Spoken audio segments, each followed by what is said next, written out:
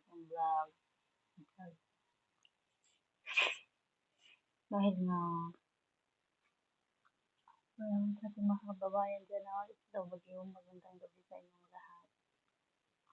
Dito nga sa Middle East ng Saudi, gabi na oras natin ngayon is alas 10 na ng madaling araw. Okay. Nga pala.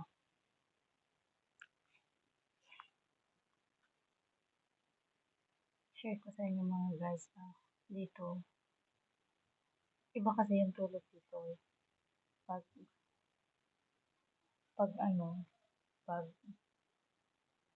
sa Pinas time dyan, ang tulog dyan is umaga hanggang gabi dito. O siguro tanghali hanggang magdamag na yun. Yun yung tulog ko dito mga guys.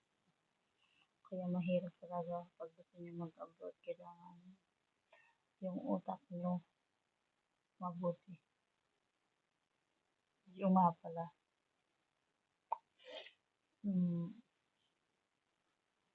Ready na din kayo kasi tingnan nyo yung buhok ko mga guys, mga kababayan. Nalalagos na siya. Kawawa talaga pag mag-abroad. Mahirap. Saka dito mga guys, ang hindi nila pinapaalam. Dito mga bahay dito sa Middle East, ang lalaki. Kahit na medyo maliit yung pero malaki yung space sa loob. Sobrang malalaki yung mga bahay dito. Tandaan nyo mga guys.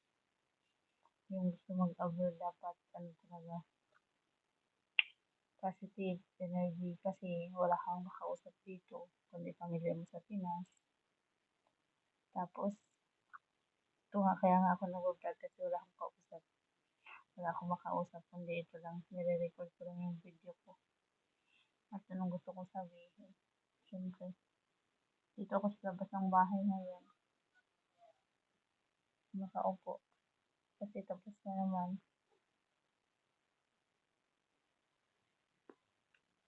Sana mabigyan ako ng magandang future dito sa ating pag-vlog.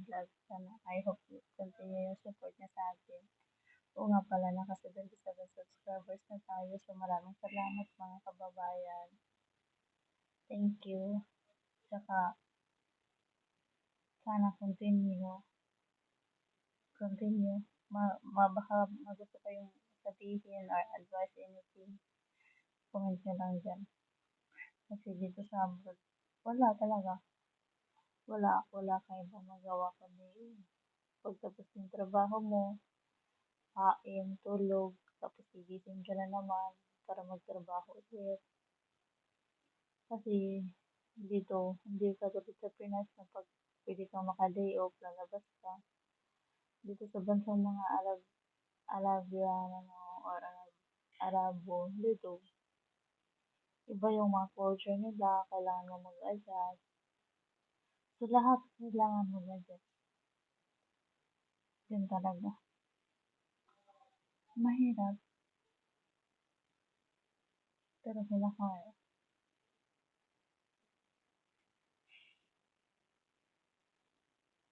Lalo na ngayon guys, na wala talaga. Sana mag-record ako sa ating YouTube channel para meron tayong YouTube channel na kakausapin ko araw-araw pag may time. So, salamat lang madami. Pala, hindi man ako Muslim, pero Muslim o ganito ganyan. Basta ang puso at isipan ko mabuti yung kalooban natin. So, yun lang. Guys, please continue to support my video. Kasi, wala. Ako lang to. Wala akong kakausap na iba. Pakita ko sa inyo mga guys ang labas ng aking inuupuan nila para akong baliwlaan at sa kamay. Yan, tingnan nyo. Malaki yung bahay dito. Kapit bahay namin. And then, dito ko sa bahay namin. Yan, bahay na yun dito.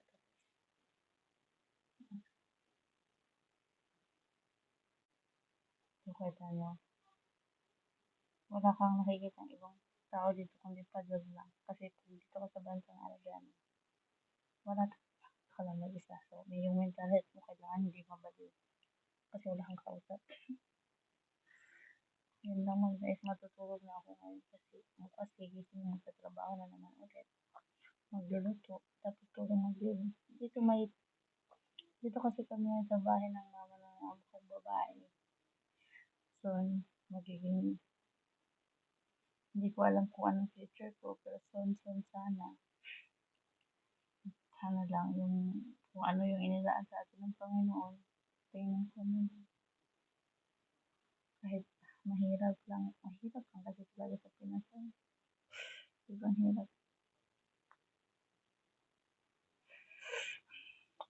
Alam nyo kasi, wala. Ang hirap namin doon sa Pinas mga guys. Makikita niyo sa video ko, may video ko in-upload dyan. Yung bahay namin ngayon, grabe. Wala kasi yung nawala na yung papa ko. Yung namatay na yung papa ko. Wala. Parang wala na akong ganang anong gusto ko. Kaya nagtrabaho ko dito sa Middle East. Nag-ipon na lang, ipon ako ng pera. Yun na lang ang trabaho. Ipon ng pera para sana magkaroon ako ng magandang future para sa sarili ko at makatulong sa mama ko at mga kapatid ko na kailangan ng tulong. Alam nyo guys, ngayon, magto 28 years old na ako.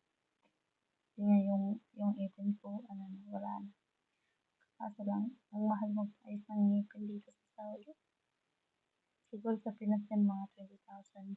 Maaayos na yung ngipin ko dyan. Pero dito, ang mahal guys. So,